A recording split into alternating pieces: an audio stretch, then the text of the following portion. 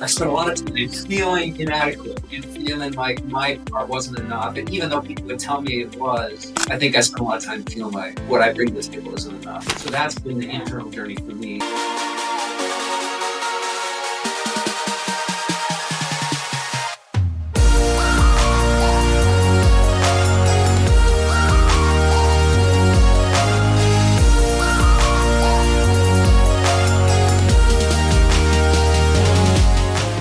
Okay, welcome to another edition of Living Boldly with Purpose, and I'm Dr. B. I am your host today. When you think about living in purpose and what it means to live in purpose and how we interact living in purpose is, what is it we do every day? How do we get up every day? Why are we excited about getting up in life and doing the things that we want to do? And, so many of us, we were told what our purpose was going to be. We were told, by society, by our parents, by what we felt we might be good at or things that we can do. And most human beings are able to do several things, able to do lots of things. But you kind of know you're in purpose when, it's that thing that every single day when you get up, you do, some of those things that you want to do, and you're able to interact in that way. And so, today in studio here at my house, where we have this really cool mountain view behind our friend Scott, with the pictures here. I get to talk to Scott about what does it mean to live in purpose. And we have been friends for several years, and, we have done stuff together. He's helped me start, the Journey to Freedom program. He's just kind of helped me figure out in life what I do. And he's done that for several individuals over his lifetimes and through his journey and what he's been able to do. And ultimately, when we think about success leaving clues and how we're able to help one another, how we're able to interact with one another, and then how do we find that special thing we want to do? And so what I'm going to do first, before we chop it up with all of our pillars and all the things that we put together, I'm going to have him tell his story. Because my story, that is part of who I am right now, doesn't exist. It's kind of cool, Scott. It doesn't exist without it being your story. The things you've done. I think in the last few years when I've been doing this stuff like this, it's like, it is absolutely that part of the story. So again, thank you for coming today. Thank you for ringing my doorbell and being at my house. And then we'll let you just kind of tell your story right now of, I tell people you can start at your mama's womb and go all the way to now, or you can start somewhere in the middle, but can't wait to hear the journey and how it goes. So we'll start there, and we'll have some more fun talking about other stuff. Yeah, really cool to be here, Brian. Fun to be watching all that's going out from you, all the things that you're doing, people you're connecting around the country these days. I'm even going to start before my mother's womb. I'm going to start even before. I just think I've been thinking about this because both of my grandfathers lived on farms. And so I had one grandfather who moved before school age, moved from Sweden. His family moved. And so they were immigrants from Sweden, settled in central Minnesota, and kind of built a farm there. My grandpa, when he was old enough, bought some of the land, built his own farm, and then, they farmed there. That's where my dad grew up. And then my mom's dad also grew up in central Minnesota, lived on a farm, kind of eked out a living in farming at the time. And so when I went to go visit grandparents, I was, which we did a couple times a year, we went to farms. And I think both were men who kind of worked with their hands. My grandpa on one side was kind of an engineer type. He never got past like elementary school. And I think always felt a little insecure, like he was able to do he would build these, they would call him when they were designing barns and building barns and stuff. So he's this engineer, but never, and then my other grandpa just working with his hands, but on both sides, never really with an ambition to build beyond their family and their space. So just to manage their space well without building. And so I come from farmers, and then my dad became a teacher. It was a math teacher, junior high math teacher, and I've got people on both sides, some in, math, English, on the other side, music, or teachers, So I came from farmers and teachers. I didn't come from business people. I didn't come from, some of the other worlds people have come from financial builders, other stuff. And so grew up in southern Minnesota, small town. God used experiences in junior high and high school to bring me to North Minneapolis in my freshman year of college. So I grew up in a mostly white community, and then was introduced to North Minneapolis, a Black community, and was spent a lot of time at the Boys and Girls Club there in my freshman year of college. That shaped me a lot. In some time in Chicago, that kind of, all these things were opening worlds to me that I didn't know growing up. And then my sophomore year got assigned to work at a church. I went to Bethel College in Minnesota, and I got assigned to work at this church in Wayzata, Minnesota, which is a suburban church. Okay. And then worked for a while in Jefferson County, Kansas, which is affluent community. So, and white mostly, So I feel like God has given me the gift of kind of rural, urban, suburban worlds that have they've all had gifts, and they've all kind of shown the idols and the problems with one another too. And so it just feels like that's kind of the world that God's brought me through. And so I've spent time in Chicago, La Villita, West Side Chicago, spent time in New Orleans, spent time in Denver, Minneapolis, and now living and working here.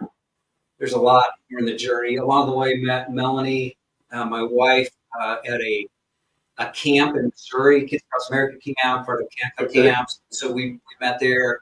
She ended up coming out to Denver to teach at Denver Street School. I ended up kind of chasing her here and going to grad school seminary here.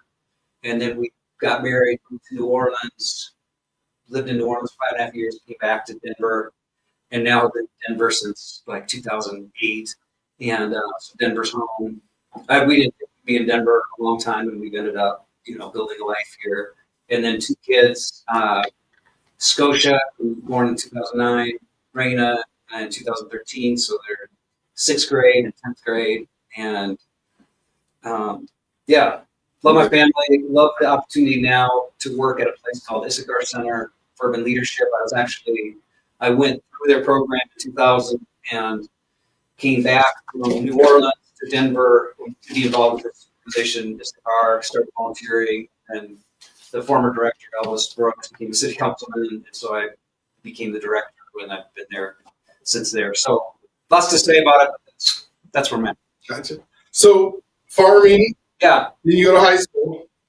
And did you decide, because people talk about seminary and ministry, did you decide right on that you wanted to be in ministry and kind of in the nonprofit world, or were you thinking business at some point? Yeah, it's so funny because it's been fun over the last several years to just have more business friends, but I didn't grow up in that world at all. So that wasn't even really on my radar to go into business.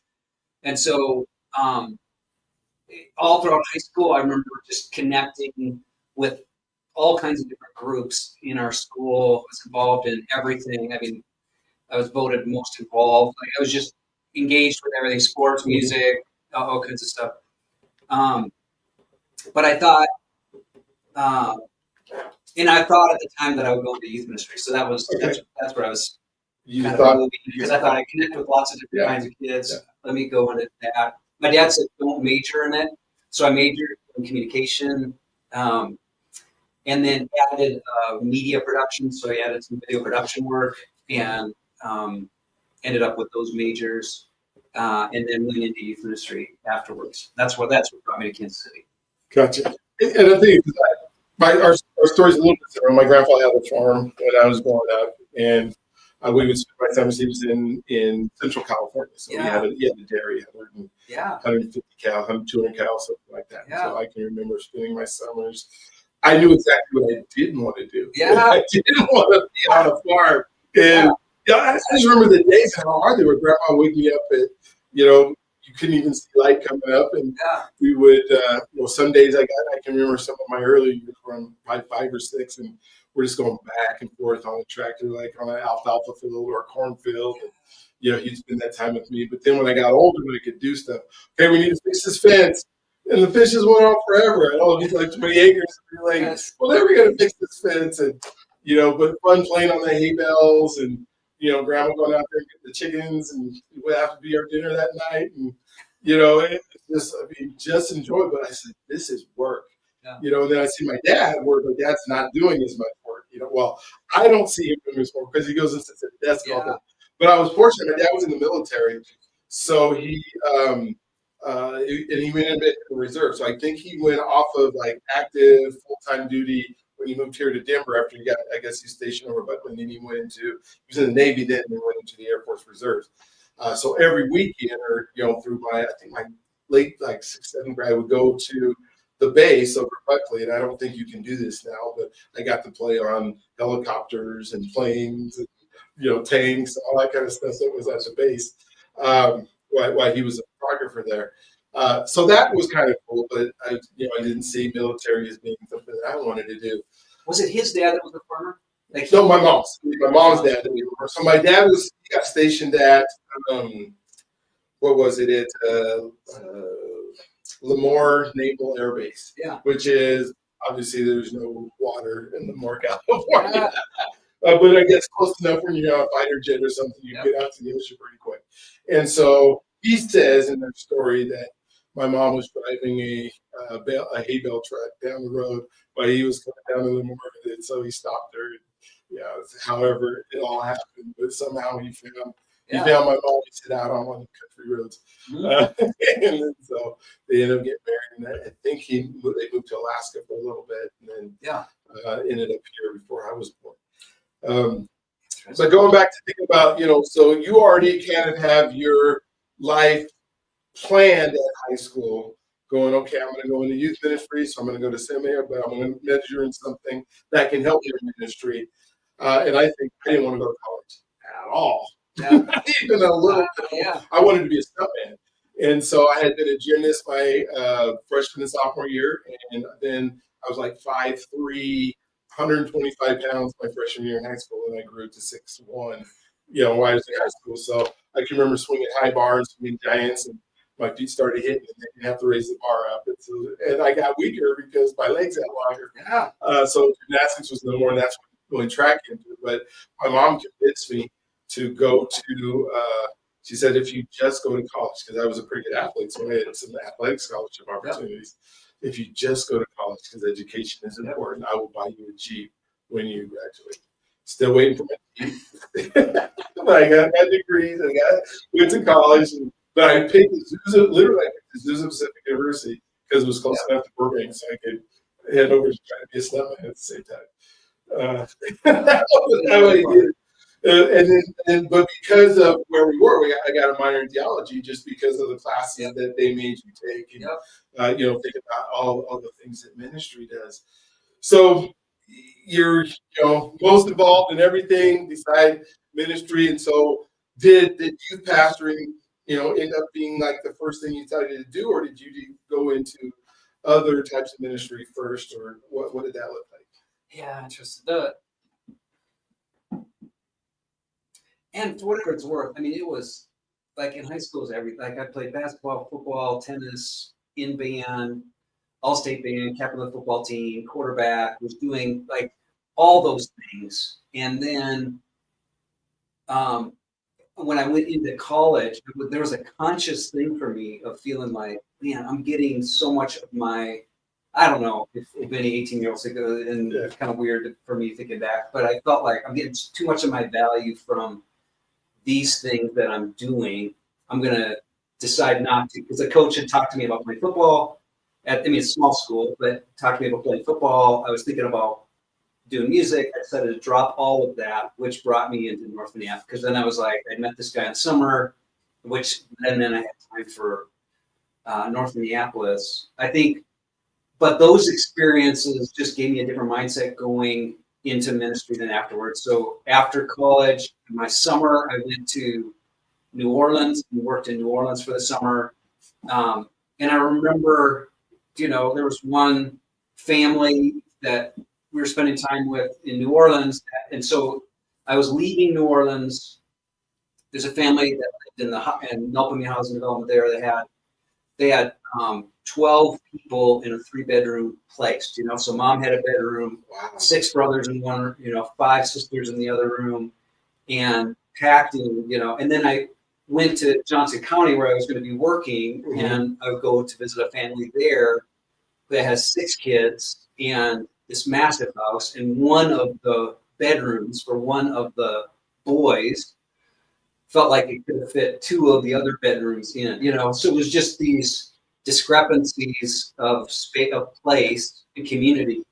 And so I just remember wrestling with that. So I went into youth ministry and was working with kids. And part of the journey was, I remember working in North Minneapolis. And then I remember thinking, how can any family have jet skis and vacation homes? It feels like, it doesn't feel right just, and then I work in Wayzata or work in Johnson County and meet just amazing families, great, and so I think I was always trying to hold all these things, but I was in youth ministry and working with kids and going to all kinds of games and plays and leading programming and going on trips. But part of what we were trying to intentionally do was open, kind of lift kids' heads to see more of the world, in Kansas City and in the world in terms of what they did.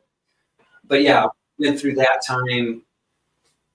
Went through a difficult season with a broken engagement that kind of left me reeling kind of for a little while, and then ended up moving back to Minnesota, lived in South Minneapolis then for a year, then before doing seminary. And I think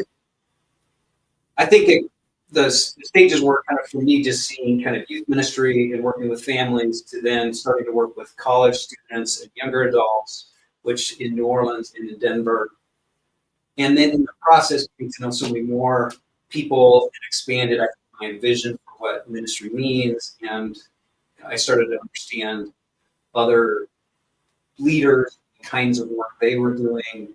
And, in the long journey, it's you talk about purpose. It feels like I've talked with friends about this. I turned 50 a couple years ago, and finally you start to realize who you are and who you're not. And now it feels like I have a lot more clarity about who I am and who I'm not, and what specifically for me purpose in ministry means. Yeah. Well, it sounds like you were able to experience different communities, Yeah. and you kind of gravitated towards urban ministry where you're really helping kids who maybe have never seen anything or adults who've never seen anything. And that's been a shift too. Okay. I think you're right. I think the way you describe it is maybe how it started, like a good go help, but then the change really has been, what I always say, this group in Australia said, if you've come to help, you can go home. But if you've come because your liberation's tied up with ours, then let's work together. And I just think, for me, that's that. Yeah. I remember talking to a friend that you know who was just thinking through the women's marches and kind of wondering, why aren't there more women of color there? Like there's a big women's, Me Too push, and just kind of wondering, just feeling like, it seems like there ought to be more women of color, like there's overlap in what we're trying to do. And so she'd ask that question, and there were a few of us there kind of talking, and I got kind of quiet. And she circled back and said, "What do you think?" And I remember being surprised by my emotion, but I said, I think to understand the answer to that, you have to go through a kind of death, and then kind of to see something different. And I just feel like part of the gift for me of being involved in different worlds, it's been a kind of death and rebirth in my life that was awesome. But yeah, that's cool. It's hard to talk about. Yeah, no, it's and emotion is great in it that you feel. When I think about identity, and the identities, because I think when we start growing up, our parents kind of create that identity for us and what they want for us, and then we kind of have to find who we are. I think we have to find who we are before we can find our purpose. Yeah. And I think about the things that you placed yourself in and the environment you placed yourself in. Maybe talk to me how your identity maybe has shifted, or you can how you were just talking right now, like who you are in that space is so important compared to, because I think some people can be in that space and think, well, I'm here as like I got to save these people, or I got to do these things. And I don't think that's the identity that you pull from that, but maybe kind of your identity journey of who you are. Yeah, that's interesting. Well, Brian's going to sit with you.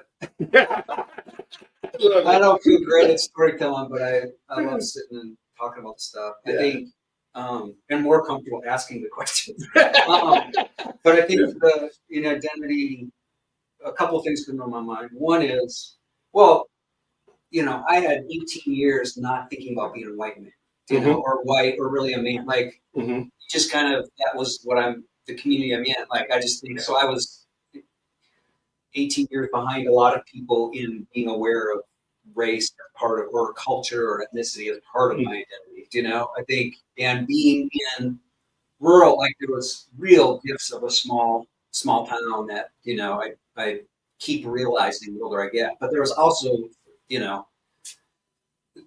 there wasn't a ton of diversity in the space. So then just,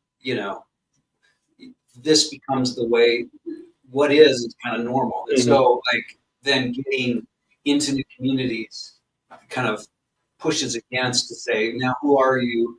Like when the world gets bigger, who are you, and trying to understand that. I think faith obviously has been a big part of the story for me. And on both sides, faith was significant in both parts of our family. And so, and sometimes in, I would say broadly kind of this Baptist tradition, and so like getting outside of home to just encountering Christians from a lot of other traditions and all that, and then people for whom faith isn't important. So all that has kind of been a good part of the journey. I think what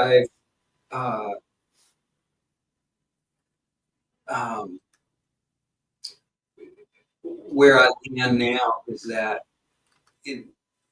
I think I've got some identity pieces around faith, around my family, around who that I am. I think also some identity around purpose. And I know that's what you're thinking about in this podcast, that I walk with people, and I walk with people from all different contexts. I bring people together, and I'm an artist. I create experiences and content and things to try to, all of those to try to help catalyze people. I realized, I think at heart I'm a catalyst. I think at heart, if you want somebody to sit and chill and hang out, like I do that with a few people, but all the time what I'm looking for is what's stirring in you, what's happening in you, how can I support that work and be a companion with that. Oh, that's cool. When I think about, this process of ministry, and sometimes, when we hear success, with the word success is that it has to do with the amount of money you have, or the things that you're able to do, and the things that you look at other people, and then when you decide that you're going to a life of ministry, you're kind of saying, I'm going to sacrifice some of those, I guess, monetization goals, that kind of stuff, or where we're going to have, and then you bring on, a spouse or a partner that has to be on board with that. Was that ever in your relationship saying, hey, this is what we're going to do, this is going to be our life, where she may have looked at you and said, but well, it definitely not only was that was the direction she was moving to. Okay, she was living on not very much, and I think I remember saying to her, I said, "There's lots of great men out there, but if you want to go to the city, I'm your guy." Let's go. Let's go together. Gotcha. And there's So, and I think I didn't grow up around, we talk about monetization and all those things. I just didn't grow up around that. Like, I think, that's part of why I tell the story of my grandparents even, is like, my grandpa didn't, he wasn't building bigger. He was building enough to sustain what they needed, and I'm not speaking against being builder, because I think people are built to build big, Yeah. but that wasn't, and I feel like in my bones, in my blood, it's not build bigger, and all that. And so, and actually when you talk about success, I just think that feels like in the last 8 or 9 years of my life, like I am settling on how I think about success, and I think, and it ties to purpose, because I think I had to come to terms with receiving the life that I've been given and not comparing it to what other people have and what other people are doing. And I think that's what I want so badly for others is for people to settle into who they are, to the family they've been given, to the particular ways they've been created, so that they can live that out, because we need that. And I think we spend an enormous amount of time looking at one another, comparing ourselves, wishing we had that gift, or wishing we could do this or that, and missing what we have. And for me, that's become really significant. And I feel like I've just been learning that over the last 8 or 9 years. Yeah, when I think about comparison, I love that you brought that up.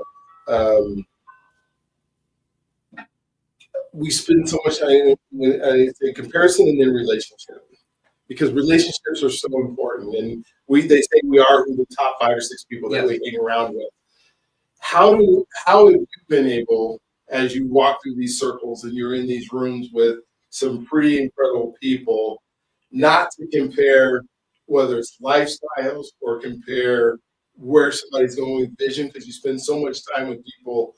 You're helping, you're coaching, you're helping people become the person they need to be in order to do.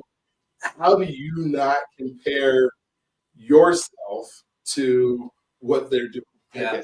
Yeah. Well, I feel like all of those relationships, I don't know if there's any relationships that I feel like I'm leading somebody. Okay. And Okay. now I know I have roles that are leadership roles. I have roles that I know I'm facilitating things, but I think I always am thinking that we are on this journey together, that we're going somewhere together, and I'm gaining, and what I've watched happen is we're changed together as we walk together. And so consistently, and for me, I think that's where I need to be intentional, is receiving the gift of people who are in roles that have, a lot of money and a lot of, what's the right word, but just a lot of influence tied to them, Gotcha. and then people who have very little influence and very little money, who I also walk with, and who are impacting me. Do you know what I mean? Gotcha. And I think that's to me the gift of all these relationships is, is being connected across those things. And then, but I think, I absolutely did. I spent a lot of time like feeling inadequate. Yeah.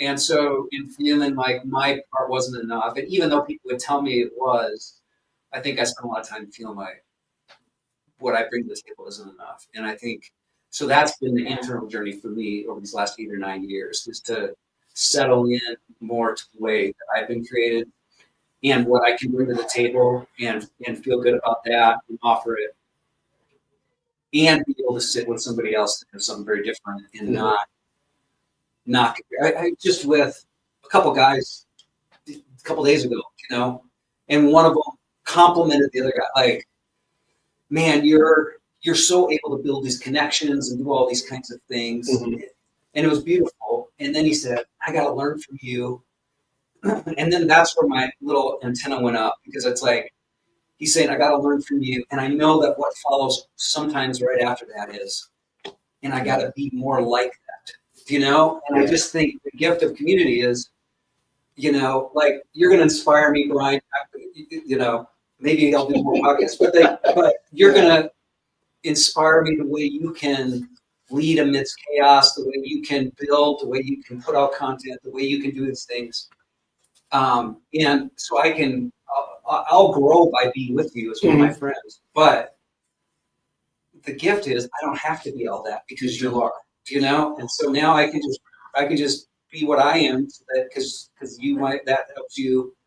But then I can enjoy who you are, which actually frees you more to be it, and then I can receive the gift of what you bring to the table. Well, and I think that's so. As I'm listening to him saying, what an ability to be able to be part of something instead of competing. Because I think we're so brought up to compete and we got to be the top person, the top dog. But when you're willing to settle down and say, wait a minute, I don't have to be because I still get to be part of your story. Yeah. If we can wake up that way, I'm going to give you a phrase or I don't know if it's a quote or somebody told me this not too long ago, and see how you react to it, because I think it's helped me a lot. Yeah. It says, enough is not an amount. Enough is not an amount. It's a relationship of what you have right now. Yeah. What do you think about that? When you hear that? Yeah, I love it. Love it. It doesn't have to be like, we're always thinking enough has to be, or the amount of money that I make. Will I ever have enough? But I don't know if you can ever get there. Yeah. Can you ever get to enough? But if you can just be satisfied and happy with what the relationship where you're right now, then that is enough. Yeah. And how, biblically, how do we live with enough? And does God give us enough? When we think about the world's population and, how blessed we are to live where we live, and just thinking about enough as we're there. And so when I think about like being in purpose, can we be in purpose without serving others? I don't think so. But personally, now I think this is where we get caught all up in it, Mm-hmm. So then our purpose, well, I have to serve more, and then all of a sudden that's not enough, and so, somebody like Henry Nouwen leaves an influential place to go work at a nursing home or a place where he is just taking care of one or two people, to remember that that's enough, So I think our purpose has to be outward, or we're designed to be outward, or to, So I agree. If we're not engaging and helping and in community, I think we can't live out our purpose the way we're designed to. But I think sometimes that becomes more driven, No, thank you for bringing that. I don't think I've explored that because so many people are on that opposite end, like they're trying to achieve, they're trying to grow, and they forget to become the person they need to be, which means I have to be in service to others the way that I believe God set us up to be. Yeah. But we can get so much into service. Service isn't enough. We're like, I'm helping these, like you said, 3 people. Well, I got to help 100, or I got to help 1,000, or I got to, then your life becomes so unbalanced because you lose self. I guess you lose what God, because I don't think God put us to work with each other, like you said, be part of other people's story, not to go be the top service guy. Like the top dog. Well, I served 100,000. Well, I served 110,000. And I think we can compete that way if, especially in ministry circles, right? Where almost, as if there's not enough people to go and work with. Yeah. But when I even think of some of the churches that are competing for the same people, without like an outward ministry that says, no, we got to go, seek the lost and work with people who aren't here. Yes. Not like, how do I take members from your church to bring to my church, and then say, well, I'm serving them. Yeah. Have you found, in your years of doing this, that service has come, to the point where, wait a minute, I gotta I got to back up a little bit. I'm losing this. Or even with your family, has your family been the most important or something? Have you, Oh man, if you got there? there's so many. That brings up so many thoughts in my head. But I think I mean, to me, one of the gifts of getting to know business people and entrepreneurs is the energy and the drive and the scale and the like, let's build something and it's possible. And, so um, I think that to me, all that's a gift and and I think people who are entrepreneurial are not only challenging themselves, but they're modeling and often challenging those around them to, hey, what else? What can you do? And to build and go. So I think there's been good ways that has helped me in ministry space. And I think actually there's a part of me that is entrepreneurial. And there's totally a part of me that's like, people say your reach must exceed your grasp. Like you should always be trying to. And I feel like I'm constantly trying to do more, build more, do all that kind of stuff. And I think in those ways it becomes over time, there have been times where that has become, everything was missional. Like everything has to be, and it's hard to sit at home at night. It's hard to talk about the nuggets because in the end, the nuggets don't care. It doesn't matter. But these things like what this person's doing in their life and all this, it's like, it's almost hard to come to just be present in stuff that, is really important to community. So I feel that. I think I'll stop with Well, that's good. One of the things that I've been able to experience with working with you and being in a relationship with you is giftedness of helping put people in the right spots and being able to see. I know when, as I was searching for going through, the leadership stuff you were doing at Issachar, searching for what my purpose was, and you being able to say, wait a minute, can you come to this event with me? And it happened to be David Horsager, your trust leadership, your friend that you went to college with, and being able to experience that with me. So you didn't just tell me to go, you came with me, you experienced it with me, you experienced my thoughts and what I was pulling out of it, and then being able to help me, I guess, articulate how that could affect my life. Yeah. And I've seen you do this with several people where you're just there. What do you, I mean, like when you're thinking with somebody, if this is a skill somebody's wanting to say, I would love to be able to do that. What are you just because you're listening more? Are you asking the right questions? What is it that you're doing that allows you to start really helping somebody quantify their own leadership or where they should be able to go? Yeah, thanks for the question. It's good for me to try to process it. A friend and I hiked Grand Canyon. We did the rim to rim thing, and we went to a store. And at the store, I saw this. They were selling arrowheads. And I bought an arrowhead. I've got it on my office, on my desk, because for me, I feel like what I'm always looking for is arrowheads. Like I think God has created us to fly. I was just talking with a friend today about this. Like, our battles aren't against. There's so much tension, division.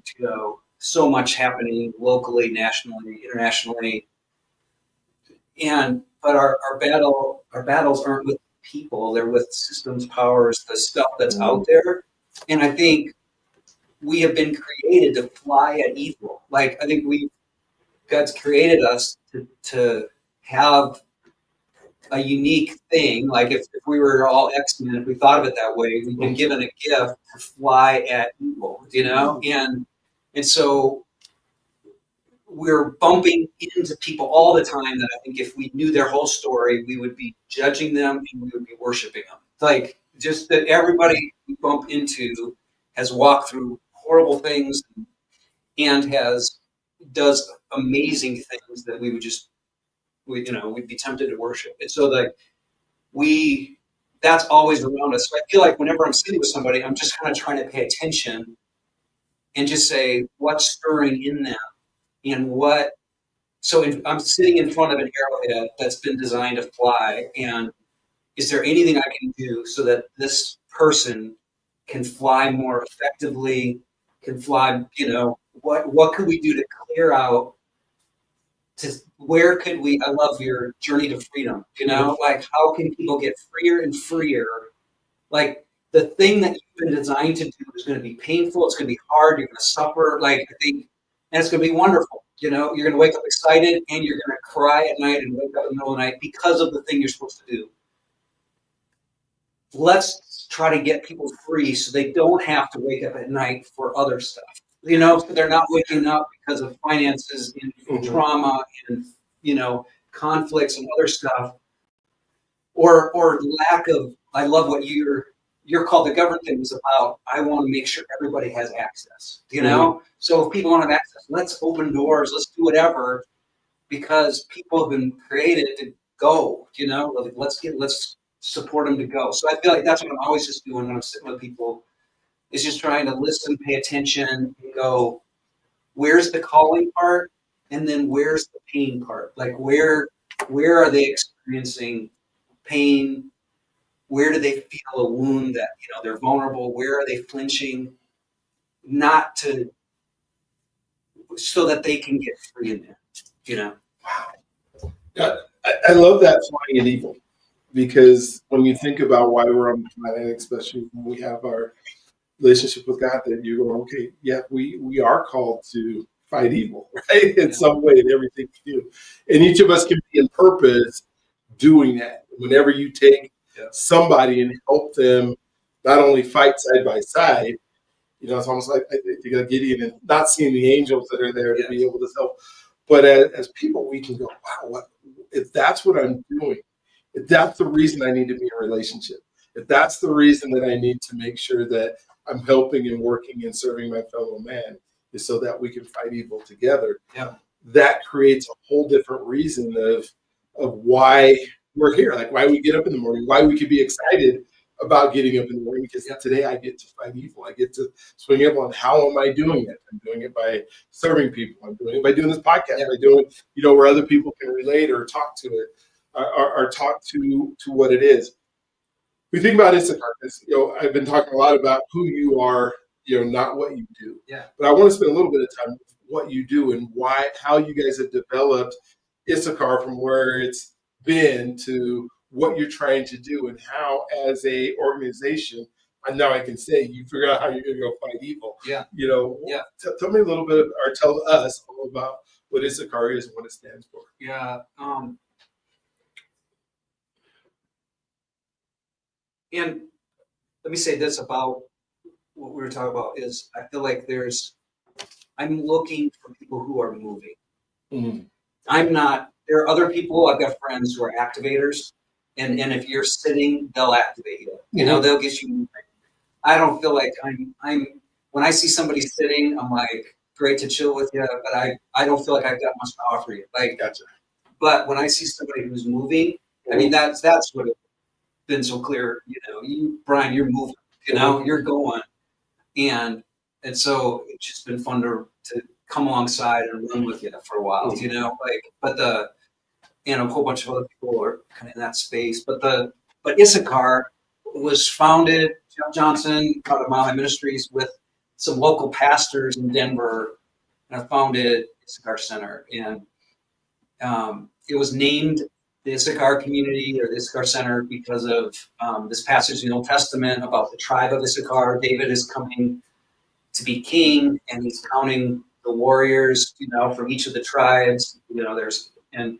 And all the other tribes have more warriors, but the tribe of Issachar is a smaller group. But it says the chiefs of Issachar understood the times, and they knew what Israel should do, and so that was the impetus for Issachar, is that it would be a place for leaders. At the time, it was focused on young leaders, where the place where young leaders can understand the times and know what they're supposed to be doing in the world. And so it started as a residential place for young leaders.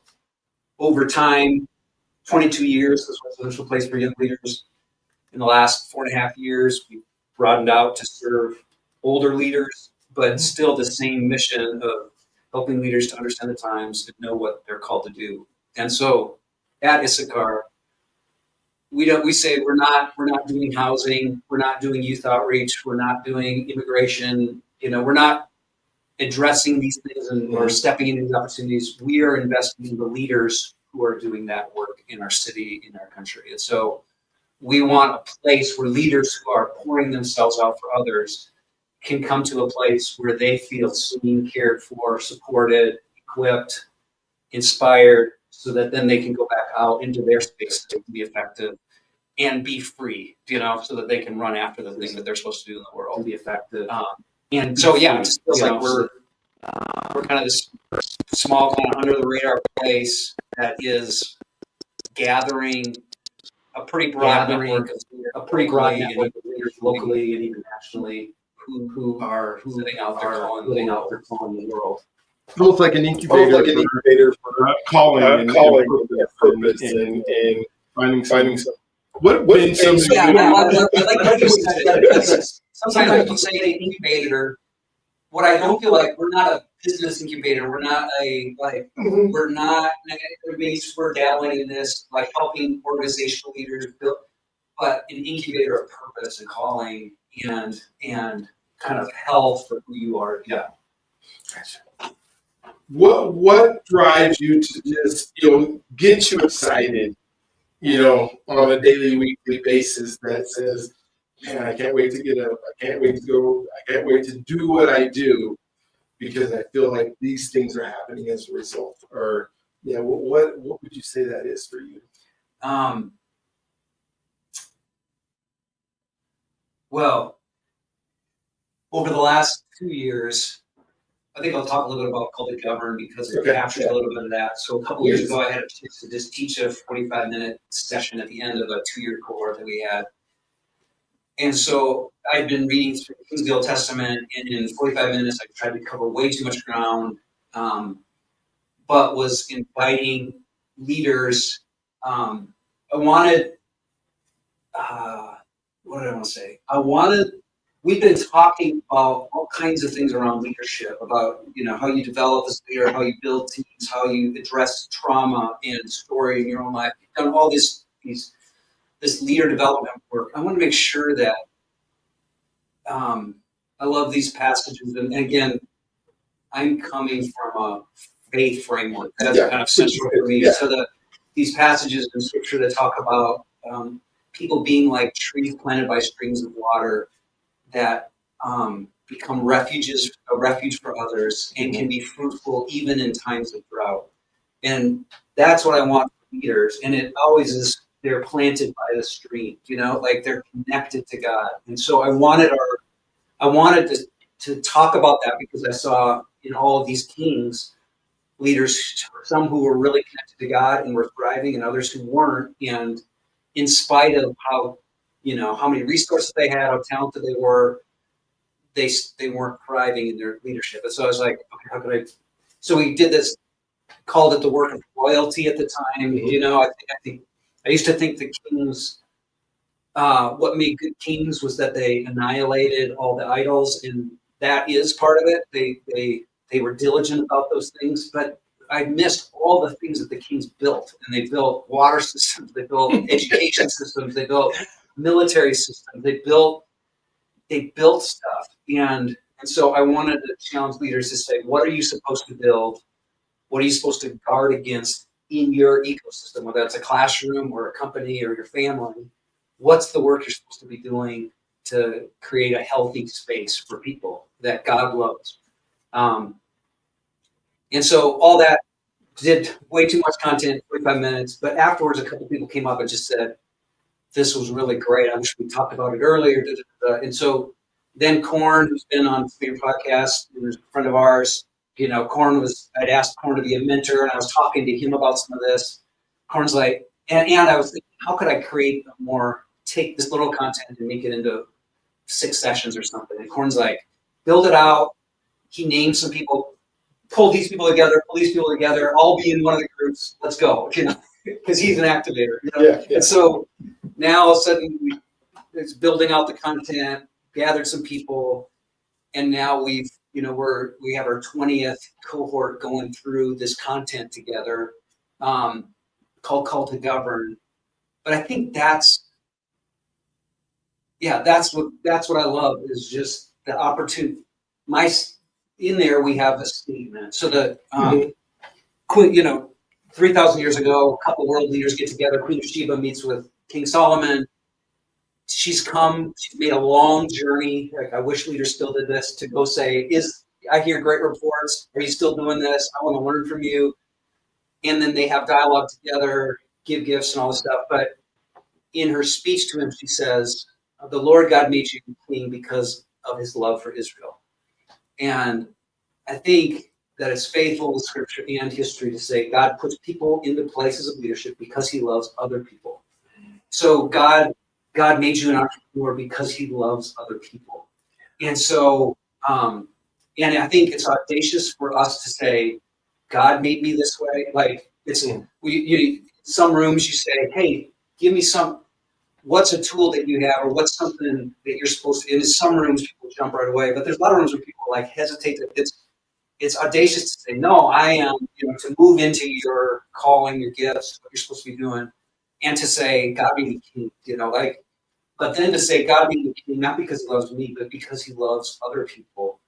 All of a sudden, that's audacious, and it takes that's the thing that wakes you up in the middle of the night when you have that mindset toward leadership, that I'm here because God loves somebody else.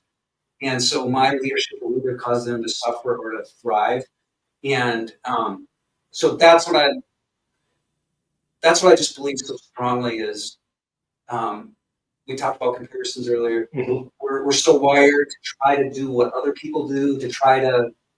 King Saul, says, hey, you're a leader, let me give you all this armor, and David's able to say, that's not me. I'm going to give you back the armor. I'm going to grab my sling. I know who I am, I know what I do. And I think for leaders to become more and more aware of who they are, to be able to live that out, because I think if they do, you see past the leader to go, all these people will thrive in their family, in their classroom, in their company, if they're able to live it out, or they'll suffer if they're not healthy. If they're trying to be somebody that they're not, if they're going after the wrong things, if they're in their personal life aren't healthy, if they're suffering in ways, they're going to pass that on. And so that motivates me for what. Thank you. And I think because you're an author now, and you wrote the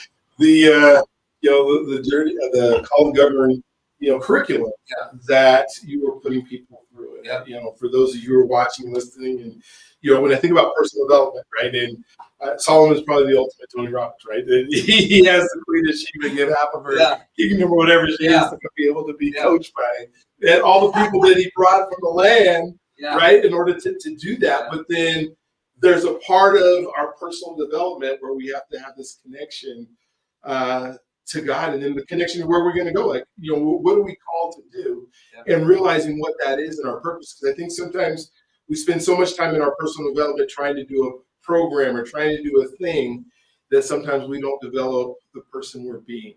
And I was talking to a guy from Australia yesterday. He was just saying so many people start with have, do, be. This is what I want to have. So this is what I got to do to have it, and now I'll be that person. Where we have to flip that around and say, okay, this is who I need to become, and to be able to go through. I was fortunate to go through. As one of the cohorts said that, hey, this is what's important. This is how I shoot those arrows at evil. This is now I can frame, all the other cool stuff that I want to do, or the things that I'm doing around me becoming that person. So, and the thing I would please, the way I'd say it different on it, I don't think we have to be someone. I have to realize who we are. Who we are. Like an apple tree doesn't have to become an apple tree. It's an apple tree. But we have to allow ourselves to be who we are. We have to be more of that. We have to focus on who I love your be to have. Mm-hmm. Focus on the being. But I think that's the gift. Because in the other spaces, there's all this pressure to try to level up, try to be, on the do more, have more, and so you can come to be and feel like I got to be more. But it's different if you go, I get to receive who I am, and then and then I can do, and then I can have, you know what I mean? But but I don't have to, now there's parts of who I am that I have to address or work on, or, like Yeah. who I am isn't all beautiful. Like there's stuff about who I am that I have to wrestle with, fight with too, But I think part of the story is, when his yoke's easy, his burden is light, and it's like, and he's the vine, we're the branches. Like the being part, if we stay connected, the being part happens. Well, absolutely. Yeah. I mean, and then we work on how to be it better, right? Yeah. And I kind of think if you can't, if you're becoming, because God's pouring into you, you found people, you found relationships, and you focus on that part of it, you can't help but do who you've become as a result of it, right? Yeah, that's right. It's not like I got to go do, and then I can become this, I'm going to become this, whatever it is that you think you need to become. Yeah. It's not by doing in the works that you do. It's by, sitting and going, okay, God put these relationships in my life. How do I listen? Yeah. God's given me, this I'm called to. Yeah. And now I got to sit with that. I got to process it. I got to, okay, so if I feel this is who he says I am, now how, and then, but you got to keep sitting with it, right? Because you just can't go out and do because you don't know how to do, right? That's how I think. It was like, okay, so God, you want me to be, let's say he wants me in politics, which I don't know what. I guess he has to. He needs to. I mean, he says to pray for our leaders, right? Yeah. But if he says that, right, I put you, okay, well, I don't know how to be a politician, right? But instead of going to do it, I'm just going to run. Wait a minute. What should a politician do when they're serving somebody? It's just an example. But then now getting around people who can help you ground yourself and be able to receive even more. What does that mean now to fight evil as a politician? Because I believe God's called me to do that. And I guess that's what I'm thinking about when I'm thinking about becoming. Yes. I guess we're human beings, right? Not human doings, human happenings. I love it. And then you connect it to the flying at evil in the worlds and stuff. I think what also strikes me is, and I think this is I think there are, sometimes we have this person we want to be that's an idol and it needs to be smashed, or it needs to, we're not that, or we're not supposed to be that. I think there's also this thing, I think this is the hard part, I think. There's a lot of people who sense who they are, what they're called to do, but don't have the space, the margin, the resources, the opportunity to be that. And I think that's and I think all of this has to happen in community. Like when you're going to run for office, it's like a community's around you, it's supporting you, and partnering with you, and or when we are wrestling through who we are and all that stuff. But I think that is the kind of thing that I think as a community, like looking around and going, we have people who are, we have people who we're going to need, in this next generation, who our kids are going to need. We have people who we need right now that are built to be arrows flying at the heart of the enemy that we need, who have not had the opportunity to step into it. And I think, how do we provide space for that? Because if you don't provide this space and you don't really get to sit with it, you don't really get to go out and have the feedback, you could be in the wrong space. I mean, I think of somebody who says, hey, I want to be, like back to your past, I want to be in youth ministry, right? Yeah. And then you start having conversations with them, say, I like kids. Yeah. Well, it's really not. Maybe you're really not. I'm not saying you're not called to be in ministry or do something with you, but if you're not going to be a youth pastor if you don't like adolescents. Yeah. And if you get frustrated when you're around them, and and I think if you don't have that time to kind of really sit with it and then have the feedback, because I think sometimes we get false. I don't know if it's just false encouragement. Yeah. You know, we have somebody in our life who wants something for us so bad, Yes. but they tell us, Yes. Yeah. "Hey, you should do this. You should do this. Yes. Oh, you're great at that. That's your." And then, but we never did because we're doing what somebody else has for us. Yeah. Oh my gosh, that's awesome. All right, so dang, we've been talking for an hour now, so which is great. Yeah, I don't even think we have enough to fill in. I just want to know what do you think is next for Scott Lundeen? What is in your mind now? And God obviously can change it, and we can move forward. But if you were thinking of the ultimate being able to get up every day and do what you love doing, what kind of things do you think happen to you in your future? Man. And thanks for this. I mean, apart from whatever, all of that. But as far as thanks for the conversation, I think like one of the things I have a friend. We were talking. He said several times he's had someone go, "That was the best meal I've ever had." You know, he says that happens to me a lot. I'm like, that never happens to me. Like nobody ever comes to my house. We have a meal and they go, "That's the best meal I've ever had." You know, but my friend Chris, like, he creates a meal and an experience where people go away and go, "That's the best I've ever had." You know, I often have people almost, I mean, half the conversations I have, people walk away going, "We need to do this again."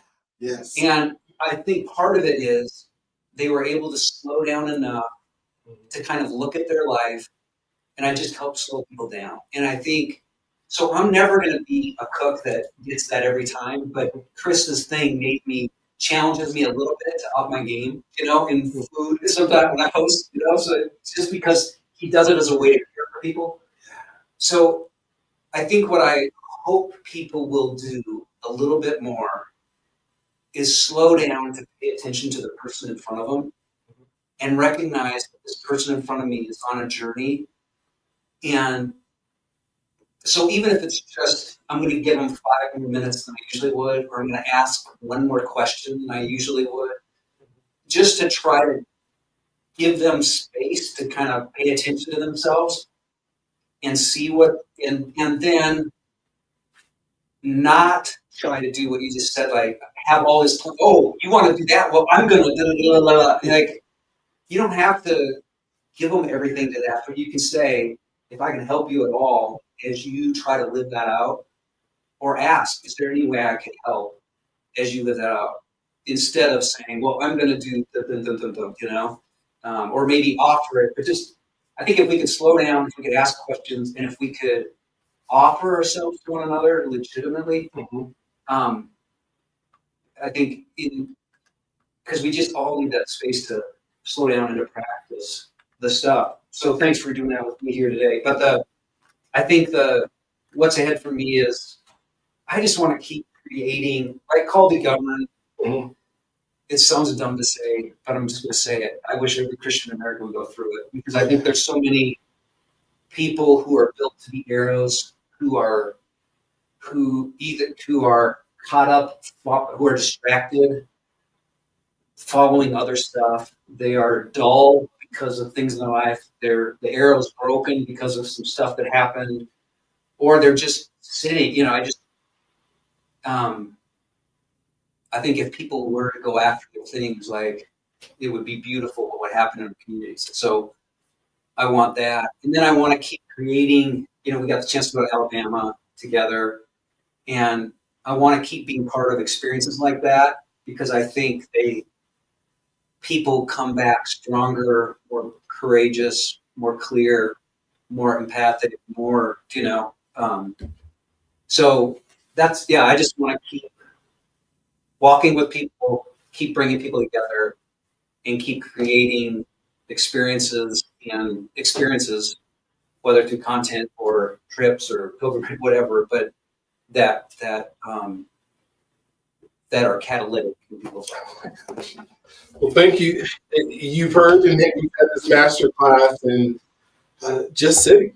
You know, it is amazing when you think where you want to go, or what you're trying to do, or how you're trying to get there. If you're willing to just spend some time to learn what your purpose is and how that purpose can be fulfilled in your life. Scott, how would somebody get to, call the governor or be able to embark and being able to go through it? Because I believe you're right. I mean, everybody should be able to go through it because it's an opportunity to see, what God may have for you. It's not going to tell you what God has for you. Yeah. It's going to help you internalize it and be able to see that in a bit broader picture of slow down, stop, and now let's go forward in these areas. So how can somebody get? Well, I'd say two things. One is, I assume you have show notes in the podcast. Yeah. So we'll just put, we created a book that's designed to go through a community, but can be helpful individually. And so people can order the book individually. So we'll just put a link for that.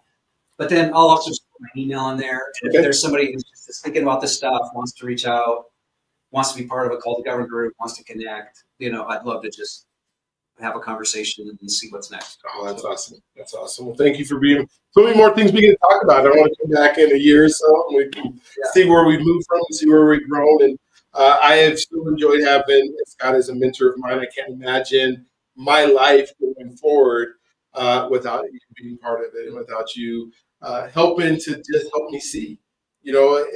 Sometimes you have coaches and people who, are doing these.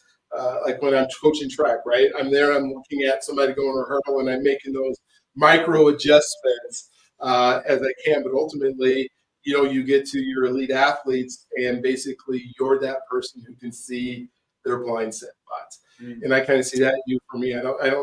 We don't need to have these micro adjustments every single day. But if I say, hey, this is my vision, you wait, that's not, slow down. You can't do those million things at once. And so I would encourage you, hey, you take the show notes, contact Scott, guaranteed that your life gets to be better if you spend the time working on you. I don't want you to forget that you're God's greatest gift. He loves you if you allow him to. Go ahead and hit the notifications of this. If you want to listen to this again, listen to it as many times. But if there's somebody you can think of that could benefit from watching this show, don't be afraid to send it to them. Don't be afraid to say, well, maybe they'll be mad that I sent them a video, because they won't be. They won't be mad that you sent them whatever it is that basically they could just not watch it. Yeah. I mean, that would be the worst thing. But if you send it to them and then allow them to pray about it, to talk to God and say, okay, this is something I want to do. So again, thank you for being on. Thank you for being, and we look forward to seeing you guys on the next one. Have a wonderful day.